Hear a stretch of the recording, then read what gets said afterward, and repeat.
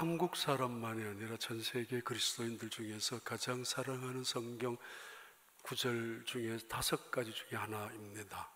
로마서 8장 28절입니다. 우리가 알거니와 하나님을 사랑하는 자 곧 그 뜻대로 부르심을 입은 자들에게는 모든 것이 합력하여 선을 이루느니라. 모든 것이 합력하여 선을 이루느니라. 이 말씀, 어떤 여건, 어떤 환경, 어떤 실패, 때로는 어떤 잘못까지라도 하나님은 그것을 통하여 기어이 선을 이루시는 분이라는 말씀입니다. 우리가 알거니와 하나님을 사랑하는 자 곧 그의 뜻대로 부르심을 입은 모든 사람들에게는 모든 것이 합력하여 선을 이룬다고. 하나님은 그 선을 통하여 이 세상을 창조하셨고 선을 위하여, 그리고 선이 이루어졌습니다. 그리고 그 선으로 이 세상을 이루어 가시는 주권적인 힘을 갖고 계시고, 언젠가는 그 선을 완성하기 위하여 예수 그리스도 안에서 새날을 이루시게 될 것입니다. 선을 이루시는 하나님, 다른 말로 말하면 하나님의 뜻을 이룬다는 것을 말합니다. 하나님의 뜻, 역사를 붙잡고 계시는 하나님의 뜻, 창조하신 하나님의 뜻, 구원자이신 하나님의 뜻, 새하늘과 새 땅을 만드시는 하나님의 뜻, 그리고 무엇보다 이 땅에 하나님의 나라를 실현시켜 나가는 하나님의 뜻, 그것이 하나님의 선입니다. 오늘 주제는 바로 하나님의 뜻을 이루어가는 사도 바울의 모습을 찾아보려고 합니다. 지난주 한국 크리스찬 신문에 나온 글 가운데 이런 글이 있었습니다. 목사님 한 분이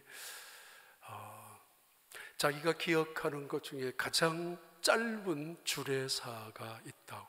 가장 짧은 주례사. 그러나 지금까지 자기의 마음속에 남아있는 가장 아름답고 감동적인 주례사가 있다고. 그 주례하신 분은 김구 선생님이셨는데, 그 주례 내용이 이것입니다. 결혼하는 신랑 신부에게 김구 선생님이 이렇게 말했었다고 합니다. 내가 자네를 보니까 자네 아버지가 생각이 난다. 내가 자네를 보니까 자네 아버지가 생각이 난다. 그래서 자네 잘 살아야 되네. 이렇게 주례사를 시작하고 끝을 맺었다고 합니다. 자네를 보니 자네 춘부장 아버지가 기억이 나고 생각이 난다고. 자네 잘 살게 결혼해서. 헬리나 오웬이라는 아주 기독교 사상가, 20세기에 돌아가셨습니다만은 그분이 많은 책들을 지었는데 그 중에 하나, 손바닥만한 책들입니다. 예수님을 생각나게 하는 사람이라는 책이 있습니다. 제목만 보더라도 긴 설명, 군 도덕익처럼 듣지 않아도 무슨 뜻인지 알 수 있고, 그 책장을 열지 않아도 이 말씀이 우리에게 무엇을 강조하려고 하는지 금방 누구나 알 수 있는 제목입니다. 예수님을 생각나게 하는 사람. 당신의 말을 들어보니까 나 예수님 생각난다고.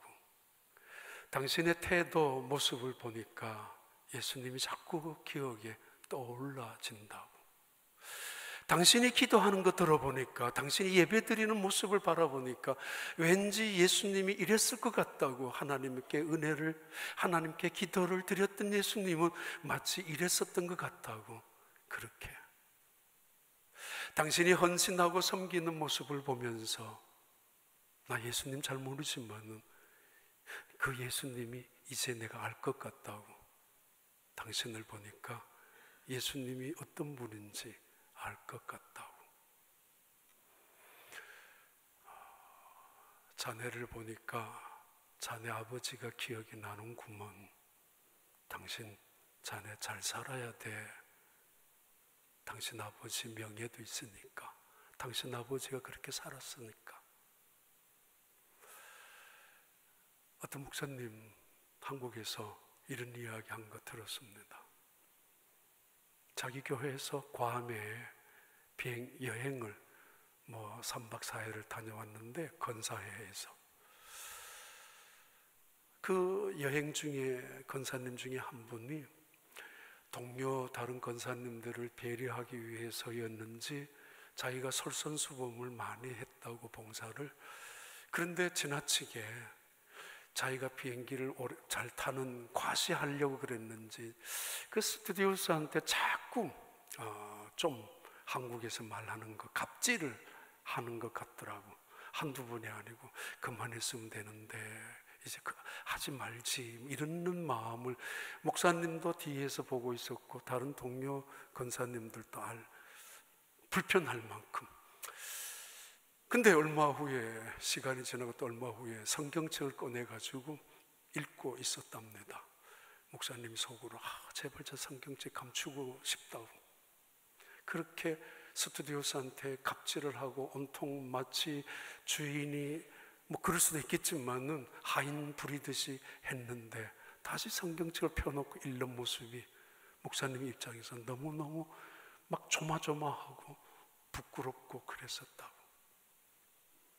다른 사람들도 마찬가지였을 것입니다. 가끔 우리 교인들이 저한테 저 들으라고 우리 교회 장로님들 보면은요 이런 분들이에요.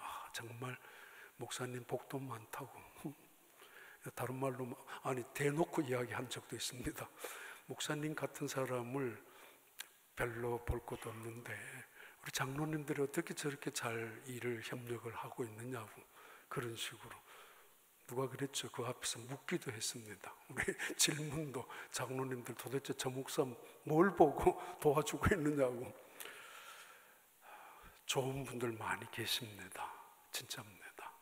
그분 보면은 예수님이 생각나고 그분 보면은 예수님이 저랬을 것 같다라고 생각되는 사람들. 사도 바울, 누구나 사도 바울을 그런 사람으로 인정하고 있습니다. 지금 사도 바울은 예배소에서 3차 선교 여행을 마무리하고 3년 동안, 그래서 밀레도를 거쳐서 그리고 두로와 돌레마이 가이사라를 거쳐서 지금 가이사라는 지방에 머물고 계십니다. 이때 일어난 일들 중에 마지막 말씀인데 한번 볼까요? 사도행전 21장 13절과 14절입니다. 우리 함께 읽습니다. 13절 14절. 바울이 대답하되 여러분이 어찌하여 울어 내 마음을 상하게 하느냐? 나는 주 예수의 이름을 위하여 결박당할 뿐만 아니라 예루살렘에서 죽을 것도 각오하였노라 하니. 14절. 그가 건함을 받지 아니하므로 우리가 주의 뜻대로 이루어지이다 하고 그쳤노라. 오늘 주제, 주님의 뜻이 이루어지기를 원합니다. 주의 뜻이 이루어지기를 바랍니다 라는 고백과 기도와 증언이 오늘 전체 설교의 주제입니다. 하나님의 뜻이 무엇인가? 선한 것이죠. 어찌 악을 세우고 악을 바라보는 것이 어떻게 하나님의 뜻이겠습니까? 어찌 선한 사람이 고통을 당하고 악에게 짓밟히는 것을 보고만 있는 것이 어찌 하나님의 뜻이겠습니까? 기도하는 사람을 내버려 두고 하나님을 향하여 은혜를 사모하는 사람을 못 본 채 하는 것이 어찌 하나님의 뜻이겠습니까? 어찌 그것이 선한 일이겠습니까? 하나님의 뜻이 있을 것입니다. 그런데 문제는 때로는 악한 것이 선을 짓밟을 때도 있고, 더 큰 문제는 우리가 무엇이 하나님의 뜻인지 혼란스러울 때도 있고, 때로는 잘못된 것을 마치 하나님의 뜻이라고 움켜잡고 살아갈 때도 있는 것이 문제이기도 합니다. 주님의 뜻이 이루어지기를 원합니다. 체념이나 포기가 아닙니다. 잘못되어질 것을 미리 염두에 두고 무책임한 변명이나 회피가 이야기가 아닙니다. 이것은 다른 신앙의 결단과 의지와 전적인 믿음의 고백입니다. 주의 뜻이 이루어지기를 원한다고. 1864년 3월 달에 영국 런던 선교회에서 파송받은 선교사님 부부가 중국 상하이에 3월 달에 도착합니다. 그분의 이름이 로버트 토마스라는 분입니다. 그는 막 결혼하고 막 목사 안수를 받은 24살이었습니다. 중국 상하이에 건너오자 불과 6개월도 채 안 돼서 그의 아내가 하나님의 부름을 받고 말았습니다. 캐롤라인이라는 그의 아내는 임신 중독에 걸렸고, 그리고 그것이 뭐 잘못되어서 그만 병에 감염이 되었는지 떠나고 말았습니다. 선교 동역자로 그 당시에 함께 훈련을 받고 서약하면서 중국 땅까지 건너왔는데, 상심한 이 토마스 선교사님은 선교 일을 잠시 멈추고 상하이의 무역센터에 가서 통역관처럼 일하고 있었습니다. 어느 날 1864년 마지막 어느 달에 한국 조선에서 건너온 천주교 박해가 시작되어진 한국의 조선에서 피신온 천주교 신자를 만나게 됩니다. 그러면서 그가 하나님을 믿는다는 걸 알았지만은 성경에 대해서는 전혀 모르고 있다는 것을 알고 다시 마음에 새로운 비전을 갖게 됩니다. 조선이라는 땅을 위하여 성경을 번역하고 조선이라는 나라에 성경을 보급하고 싶었던 비전이 생기면서 그는 1864년 이후 1865년 1년 동안 서해안 연평도에서부터 충청남도 있는 그 많은 섬들에게 다니면서 수많은 성경책을, 쪽복음 같은 것을 던져주고 잠시 복음을 증거하고 상하이로 돌아오곤 했습니다. 몇 번이나 태풍에 휩쓸려서 죽다가 살아난 적도 있었는데 그는 꿈을 포기하지 않았습니다.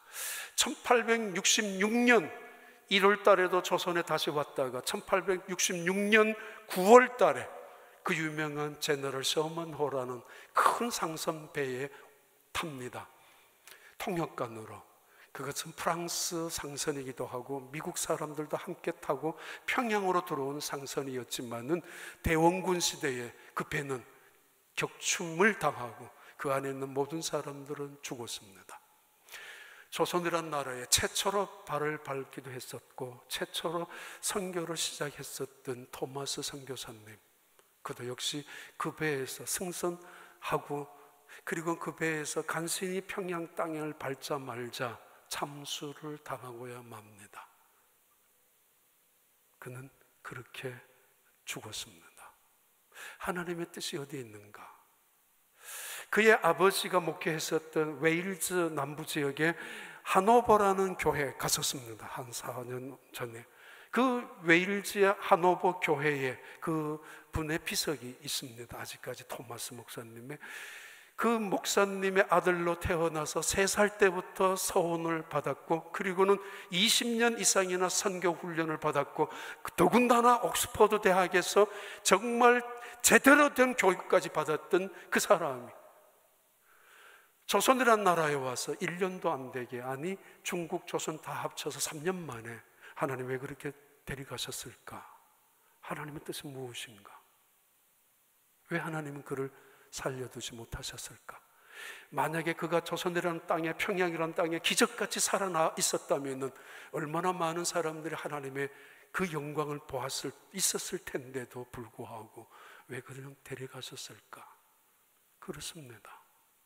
2007년도 7월 19일 날 우리는 지금도 기억합니다. 한국의 어느 교회에서 파송한 23명의 단기 선교팀이 아프가니스탄에 갔습니다. 구제와 봉사와 그리스도의 사랑을 가지고. 그러나 그들은 무장 탈레반에 의해서 납치를 당하고 45일 가까이나 억류를 당한 채 간신히 살아났습니다. 그러나 그 중에 2명은, 배형규 목사님은 참사를 당했고 또 한 청년 신성민이라는 형제도 죽었습니다. 더더구나 신성민이라는 젊은 이 청년은 그 집안에서 이 청년이 아프가니스탄에 갔다는 것도 모르고 있었습니다. 예수를 전혀 믿지 않는 집이었습니다. 어떻게? 3년 전에 베트남 갔을 때 그 영화를 그 많은 선교사님들 앞에서 영화 상영을 한 것을 보았습니다만 그 부모님들의 가슴 얼마나 찢어지지 않겠습니까? 다 키우는 내 아들이 예수님 때문에 아프가니스탄에 가서 그렇게 처참하게 죽었다고. 하나님 뭘 하시느냐고, 정말 하나님 살아계시느냐고, 아니 이것도 하나님의 뜻이냐고, 이렇게 죽는 것이 무엇이 하나님의 뜻이냐고 할 수 있을 것입니다. 다시 한번 사도행전 21장 14절만 한번 읽겠습니다. 21장 14절. 그가 건함을 받지 아니하므로 우리가 주의 뜻대로 이루어지이다 하고 그쳤노라. 지금 사도 바울은 가이사라라는 그 동네에 머물면서, 그러나 다른 사람들이 가이사라에 찾아온 사도 바울을 가지 못하게 막고 있습니다.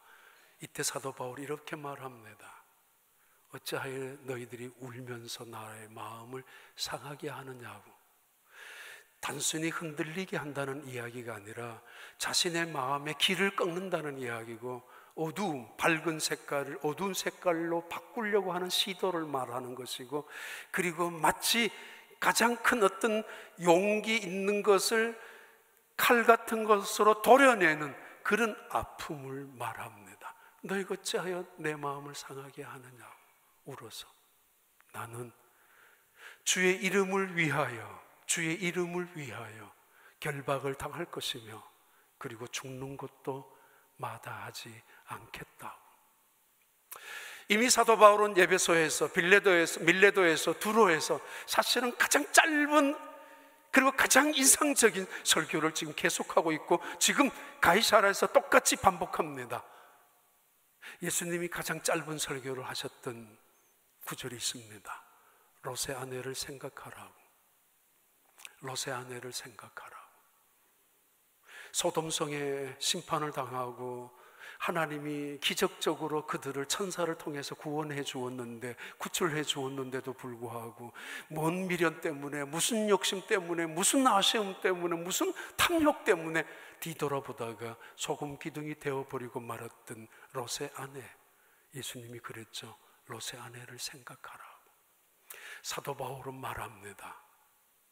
생명보다 귀한 것이 있다고. 사명이라고. 목숨보다 더 소중한 것이 있다고. 그것이 사명이라고.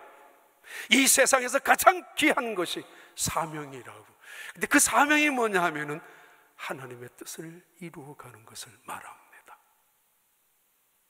아주 중요한 사명의 핵심은 하나님의 뜻을 이루는 것입니다. 내 뜻을, 내 이념을, 나의 사상을, 나의 소신을 관철시키고 나의 어떤 사상을 이 땅에 펼쳐나가면서 새로운 세계를 펼쳐나가는 것이 아니라 하나님의 뜻을 이루는 것을 사명이라고 합니다. To do the will of God is the greatest achievement.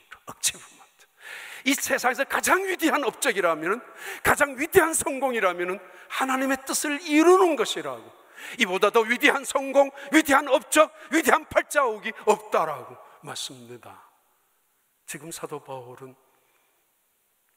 가이사라에 있는 사람들에게, 그것도 누가와 실라와 디모데를 포함한, 지금까지는 다른 사람들이 두로에서 말렸습니다마는 지금은 누가를 포함한 사도 바울의 일행이 예루살렘에 올라가는 일행마저도 만류하고 있습니다. 울면서 사도 바울의 마음이 속상할 정도로 그들은 간청을 하고 있습니다.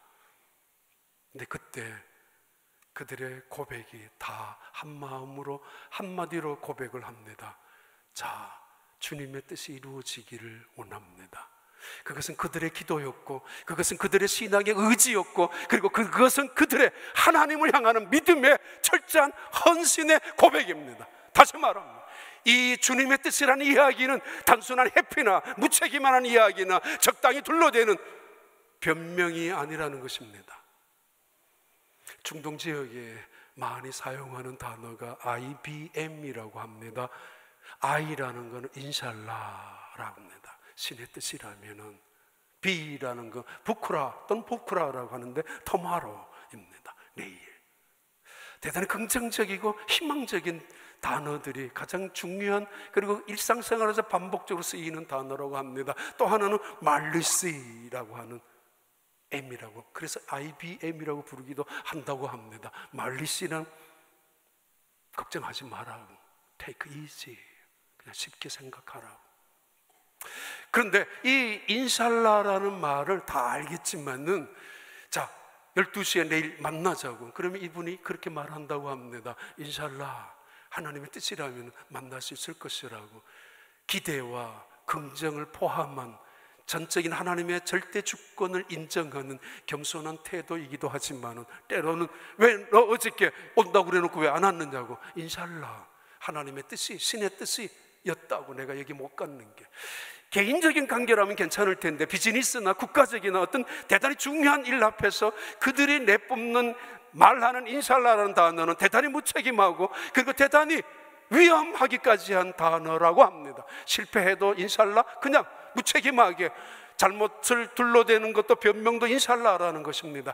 그런 의미에서 신의 뜻을 이야기하고 있는 것은 아닙니다. 이것은 하나님을 신뢰하는, 역사를 주관하는 주권자가 누구이며, 역사를 다스리는 하나님이 어떤 분이며, 그리고 온전히 그 하나님의 주권 앞에서 겸허히 순종하고 살아가야 되는 인간의 연약함이나 겸손한 태도를 의미하는 것입니다. 전적인 신뢰와 의지를 고백하는 것입니다. 사도행전 15장에 예루살렘 회의가 있었습니다. 이방인들에게 복음을 전할 때에 그들에게 할례를 행해야 되는 것이 아니냐고, 그 문제 때문에 예루살렘 총회가 모였습니다. 유대파도 있었고 전통파도 있었을 것이고, 사도 바울도 참여한 그 자리에 왜 반대가 없었겠습니까? 왜 자기의 뜻을 전하는 사람이 없었겠습니까? 내 생각은요, 내 뜻은요, 아니 그래도 적어도 하나님이 괜히 율법을 주셨겠습니까? 전통적으로 이것을 무시해서는 안 될 것입니다. 그래도 이방인들이 예수님을 믿는다 그래도 할례를 행하라고. 이렇게 싸웠던 회의였지만은 회의 결과는 만장일치였다고 기록하고 있습니다. 어떻게 만장일치입니까? 아니었습니다. 그러나 그들은 만장일치로 받아들이고 있습니다. 어떤 모임이나 어떤 회의 속에서 내 뜻이 거절을 당하면 내가 마치 인격을 무시당하는 것처럼 느끼는 사람들, 어떤 자리에서 내 소신이 관철되지 않았으면 때로는 분노까지 하는 사람들, 내가 마치 모욕을 당하고 짓밟힘을 당해서 아니 나는 등을 돌리며 분노해서 일어나서 이런 곳에서 있을 수 없다라고 생각하는 사람들, 결코 그래서 만장일치가 어디 있느냐라고 떠드는 사람들, 당연히 이런 의견 저런 의견이 있을 수 있습니다. 교회도 마찬가지입니다. 내 생각 너의 생각이 다 맞을 수도 있고 옳을 수도 있고, 심지어 성령 안에서 하나님의 말씀 앞에서 그 생각을 주장할 수도 있습니다. 그러나 결론이 났다면 순종하는 것입니다. 하나님의 뜻 앞에서 주의 뜻이 이루어졌다고. 어찌 내 뜻이 이루어지지 않았다고 분노할 수가 있겠습니까? 로마서 8장 26절부터 28절까지 나오는 말씀입니다. 한번 같이 읽습니다. 이와 같이 성령도 우리의 연약함을 도우시나니 우리는 마땅히 기도할 바를 알지 못하나 오직 성령이 말할 수 없는 탄식으로 우리를 위하여 친히 간구하시느니라. 그렇습니다. 우리는 모를 때가 많습니다.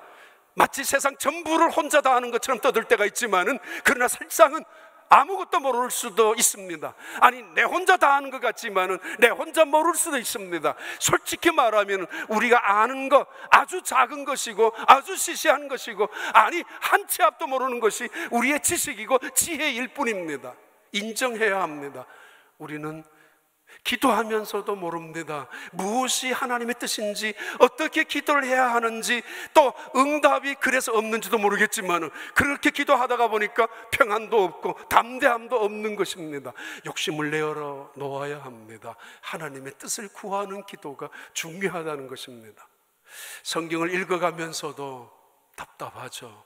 하나님의 뜻을 찾기 위하여 성경을 펼쳐놓고도 여전히 우리의 마음속에 안타깝기도 하죠. 무엇이 하나님의 뜻인지. 왜요? 내 생각을 움켜잡고 있기 때문입니다. 그래서 전적인 의지와 전적인 신뢰가 없고, 그래서 순종이 없잖아요. 27절 봐요. 28절까지. 마음을 살피시는 이가 성령의 생각을 아시나니, 하나님은 아십니다. 나를. 이는 성령이 하나님의 뜻대로 성도를 위하여 간구하심이니라. 하나님의 뜻대로. 그리고 28절 함께 읽습니다. 우리가 알거니와 하나님을 사랑하는 자 곧 그의 뜻대로 부르심을 입은 자들에게 모든 것이 합력하여 선을 이루느니라. 아멘. 모르는 것, 투성인 것 인정해야 되고, 우리의 연약함, 때로는 무지함까지, 때로는 우리의 욕심과 탐욕과 교만, 악함까지 인정해야 하지만은, 그러나 우리가 인정해야 되는 거 하나 있습니다. 우리가 알거니와 아는 거 하나 있어야 됩니다. 하나님은 사랑이라는 거, 하나님은 능력을 갖고 계시다는 것, 하나님은 기어이 어떤 사건, 어떤 환경 속에서도 하나님의 선하신 뜻을 이루어내시고야 마신다는 그 하나님을 알고 계셔야 합니다. 어떤 실패, 어떤 잘못 속에서도, 어떤 아픔, 어떤 절망 속에서도 기어이 하나님은 하나님의 선하신 뜻을 이루어 가시는 분입니다. 하나님의 지혜와 능력이 그러하고 하나님의 사랑과 긍휼이 그러합니다. 그것을 역사를 다스리는 하나님의 주권이라고 말하고, 오늘 또 우리 가운데 이끌어 가시는 하나님의 섭리, 경륜이라고 이야기합니다. 그것을 받아들이라는 거죠. 만약에 이 사람들이 사도 바울이 고집스럽게만 무모하게 나는 예루살렘에 올라가겠다고 떠들고 있다면 그들은 멈추지 않았을 것입니다. 그러나 그들은 멈출 수밖에 없었습니다. 사도 바울의 마음속에 사로잡고 있는 성령, 사도 바울 마음속에 있는 하나님, 예수 그리스도의 복음이 무엇인가를 알고 있기 때문에 단순히 무모한 항소고집의 사람이다, 꺾어야 되겠다라는 것이 아니라 그들은 멈추었습니다. 왜냐하면 하나님의 뜻이 그와 우리 가운데 이루어질 수 있기 때문이었습니다. 마가 때문에 바나바와 이 사도 바울이 싸우고 헤어졌었습니다. 원수로 헤어졌습니다. 그렇지 않습니다. 경쟁자로 헤어졌습니다. 아닙니다. 그들은 서로 축복하며 헤어졌습니다. 바나바는 마가를 데리고 가서 하나님의 뜻을 이룰 것이고, 사도 바울은 실라를 데리고 함께 육지로 가면서 하나님의 뜻을 이룰 수 있기 때문이었습니다. 바로 그 중요한 원인이 하나가 있는데, 사도행전 21장 봐요. 뭐 보시는가 하면은 10절 12절까지 같이 읽겠습니다. 여러 날 머물러 있더니 아가보라 하는 선지자가 유대로부터 내려와, 그리고 우리에게 와서 바울의 띠를 가져다가 자기의 수족을 잡아매고 말하기를, 성령이 말씀하시되 예루살렘에서 유대인들이 이같이 이 띠 임자를 결박하여 손에 넘겨주리라 하거늘, 그리고 우리가 그 말을 듣고 그곳 사람들과 더불어 바울에게 예루살렘으로 올라가지 말라 권하니, 우리가, 이거 누가를 포함한 사도 바울의 일행마저도 지금은 너무도 적극적으로 사도 바울을 향하여 말합니다. 가지 말라고. 왜냐하면 그 이유 중에 하나가 아가보라는 사람이 등장합니다. 원래 아가보는 사도행전 11장에 의하면 이 아가보는 예언하는 사람입니다. 그래서 안디옥과 예루살렘을 오고 가면서 예언을 해주었는데, 특별히 흉년을 예언하면서 많은 사람들을 준비하게 만들었던 그런 예언자 중에 한 사람이 아가보였습니다. 지금 예언 더 이상 중요하지는 않습니다. 무질서와 혼란을 만드는 것이, 내가 하나님으로부터 계시를 받았다고 말하는 사람들 무시해도 좋습니다. 이유는 성경이 경전이 있기 때문에, 성경이 완성된 이후에 하나님의 예언과 계시는 성경 안에 다 정확하게 주님 오시는 그날 그때까지를 기록하고 있습니다. 거짓 선지자들이나 거짓 예언가들이 이용할 수도 있기 때문에 예언은 성경 안으로, 경전으로 제한시키고 있습니다. 아무튼 이 아가보라는 사람, 그때 당시에, 지금부터 2000년 전에 그때 당시에 아가보가 사도 바울 앞에 나타나서 사도 바울의 띠를 가지고 자기의 몸을 묶었습니다. 마치 이런 것입니다. 이사야 선지자가 벌거벗은 몸으로 동네를 다니면서 예언했듯이, 또는 예레미야가 항아를 깨트리면서 그 이스라엘 백성들에게 예언하기도 하고, 에스겔이 벽돌을 놓고 예언하기도 합니다. 실제적이고 구체적이고 상징적인 의미이지만 그들에게 확실히 이런 것이 이루어지고야 말 것이라는 사인이었습니다. 벽돌을 앞에 놓고 예루살렘 성전이 이렇게 무너질 거라고 포위당한 채로 바벨론 나라에 의해서 항아리를 깨트리면서 예루살렘의 이 도성, 그리고 그 이스라엘 모든 백성들이 이렇게 뿔뿔이 포로로 끌려가고야 말 것이라고, 이사야의 벗은 몸 이스라엘 민족이 하나님의 영광을 위하여 선택되어진 이스라엘 민족들이 하나님을 버림으로 그들은 수치와 부끄러움을 당하고야 말 것이라는 사인을 적어도 3개월, 6개월, 8개월 가까이나 벗은 몸을 통하여 보여주었던 선지자들, 지금은 아가보가 자신의 몸을 묶었습니다. 그리고 확실하게 보여줍니다. 사도 바울에게 당신이 가면은 이렇게 묶일 거라고. 죽을런지 안 죽을런지 모르지만은 이래도 가겠느냐라는 이야기입니다. 이 예언은 매우 구체적이고 그리고 확실하다는 것을 보여주고 있습니다. 그래서 사도 바울은 다시 이야기하죠. 어찌하여 내 마음을 상하게 하느냐고. 베드로가 주는 그리스도시요 살아계신 하나님의 아들이라고 증언하고 고백한 이후에 예수님께서 바로 말씀하셨죠. 내가 예루살렘에 올라가서 십자가를 지게 될 것이고 장로들과 제사장들에게 능력을 당하고 죽게 될 것이라고, 그러나 사흘 후에 다시 부활할 것이라고 예언하셨습니다. 그러나 바로 그 순간에 베드로가 안 됩니다, 절대로 그런 일이 있어서는 안 됩니다라고 그 앞에 가로막고 나섰던 베드로에게 예수님 말씀하셨죠. 사탄아, 내 뒤로 물러가라. 사탄아, 내 뒤로 물러가라. 어찌하여 너가 하나님의 일을 방해하느냐. 베드로도 인간적인 마음으로, 아니 조금 전만 하더라도 성령의 역사로 예수님이 그리스도인 것을 고백했었습니다. 그런데 사탄이라니. 아니 어쩌면은 예수님은 베드로에게 그래도 너밖에 없구나, 너 의리 굉장하구나, 너 정말 인간적으로 보면 책임도 강한 거야, 고마운 마음을 표시해야 옳지 않겠습니까? 지금 사도 바울을 향하여 붙잡고 울고 있는 누가를 비롯한 일행 동행들, 그리고 그 가이사라에 있는 수많은 예수 믿는 성도들, 제자들 만류하고 있습니다. 그들에게 고맙다고 손을 잡고 진정성을 이해하며 받아들이며 감사하는 감동을 해야 되지 않습니까? 그러나 그렇지 않습니다. 어찌하여 내 마음을 흔들고 있느냐고. 나는 올라갈 것이라고. 그 순간에 모두가 하나님의 뜻이 이루어지게 해달라고 하지 않습니까? 고린도전서 15장 봐요. 9절과 10절에 보면은, 고린도전서 15장 9절과 10절에 함께 읽습니다.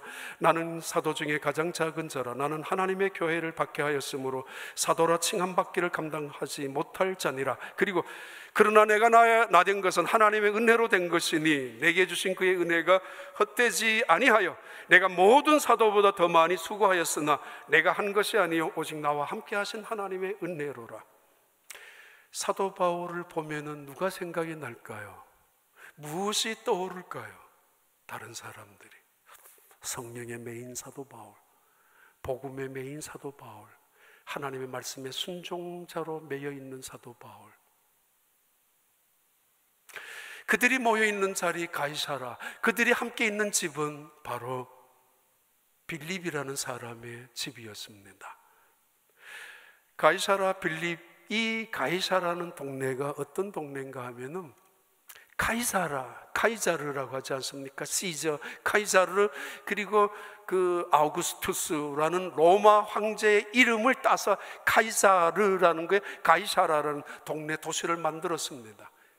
로마 황제를 아부하기 위한 헤롯 대왕의 그 마음이었고, 또 이스라엘 민족을 통치하려고 하는 속셈 때문에 가이사라는 도시를 세웠던, 이곳은 헤롯의 궁전도 있었고 여름 궁전, 그리고 총독부가 설치된 가이사라, 그곳에 빌립이라는 사람이 머물고 있었습니다. 사도행전 6장 4절에 7명의 집사 중에 한 사람이었던 스데반과 빌립, 브로고로와 이 7명 중에 한 사람이었던 이 빌립, 그는 8장에 넘어가면은 이 빌립은 사마리아에서 복음을 전파하기 시작합니다. 아무도 사마리아 땅을 밟지 않았던 그 땅이, 그 시대에 짐승처럼 생각하고 있었던 사마리아 그 땅에 가서 복음을 증거했던 사람이 바로 초대교회의 집사였던, 장로격이었던, 초대교회 리더였던 7명 중에 한 사람, 이 빌립이었습니다. 그 사람을 통해서 사마리아 성은 온 성의 사람들이 기쁨을 얻었습니다. 빌립, 그를 보면서 예수님을 생각했기 때문이고, 빌립, 그를 보면서 예수를 닮아가는 사람들로 점점 쫓아가고 있었기 때문입니다. 이 로마서 사도행전 8장 4절부터 6절까지 나오는 이야기입니다. 그리고 8장 38절에 보면은 이 빌립에게 하나님의 영이 임하게 됩니다. 너는 빨리 유대 강야로 내려가라고. 가면 거기에 한 사람이 있을 텐데 그에게 복음을 증거하라고.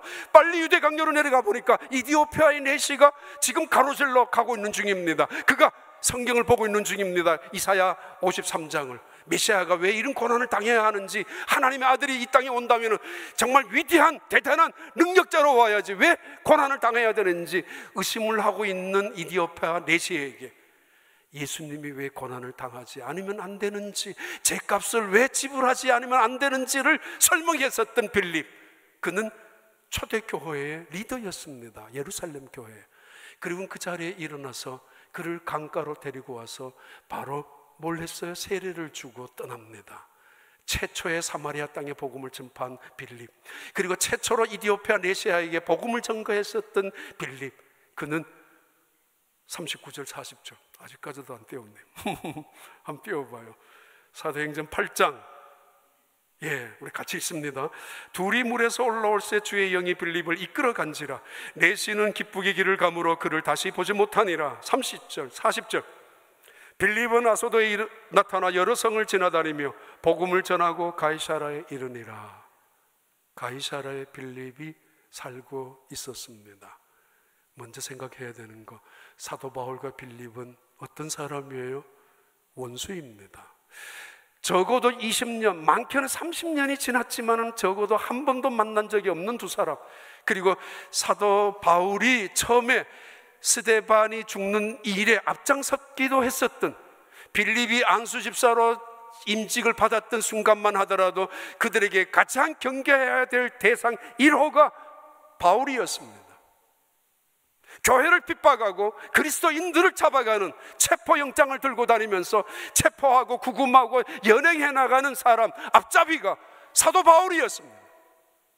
그리고 20년이 지난 어느 날, 물론 소문을 간간히 들었을 것입니다. 사도 바울이 변했다고, 안디옥 교회에서 파송해서 1차, 2차, 3차 선교여행을 하는 중이라고, 그리고 그는 가는 곳마다 복음의 역사를 일으키고 있고 수많은 능력과 기적을 행하고 있다고, 하나님이 함께 하시는 게 분명하다고. 아니, 그는 가는 곳마다 수많은 일들, 어려움과 위험과 고난을 당하고 있는데도 불구하고 여전히 복음을 증거하고 있다고 이야기 들었을 것입니다.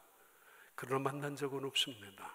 그리고 그의 마음속에는 자기의 동료 중에 한 사람이었던 스데반을 죽였던 그 자리에 서 있었던 바울, 앙금이 남아 있었을 것입니다.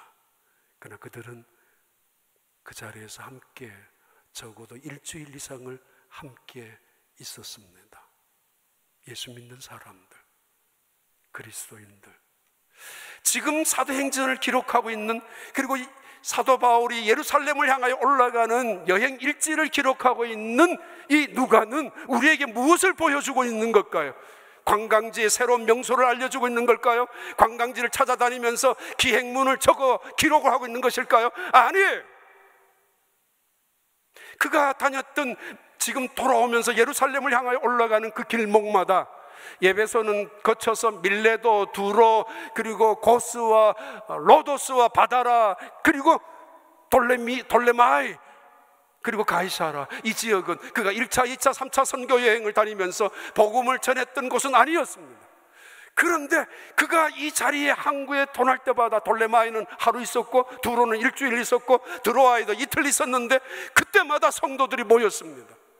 왜요? 사도 바울이 왔기 때문에. 아니, 어떻게 해서 빌립보에서, 예배소에서, 고린도에서 전도받은 성도들이 이사를 왔겠죠. 아니면 그들이 전도했겠죠. 전도받은 사람들이 다시 전도했겠죠. 전도받은 그리스도인들이 동네마다 있었다는 이야기예요. 로스에서, 고스에서, 로도스에서, 바다라는 곳에서, 가이사라, 그리고 여기에 이 땅에서도 예수 믿는 사람들이 예수 믿는다는 사실을 감추지 아니하고 부끄러워하지 아니하고 모였습니다. 예배드렸습니다. 교회가 세워졌다는 이야기예요.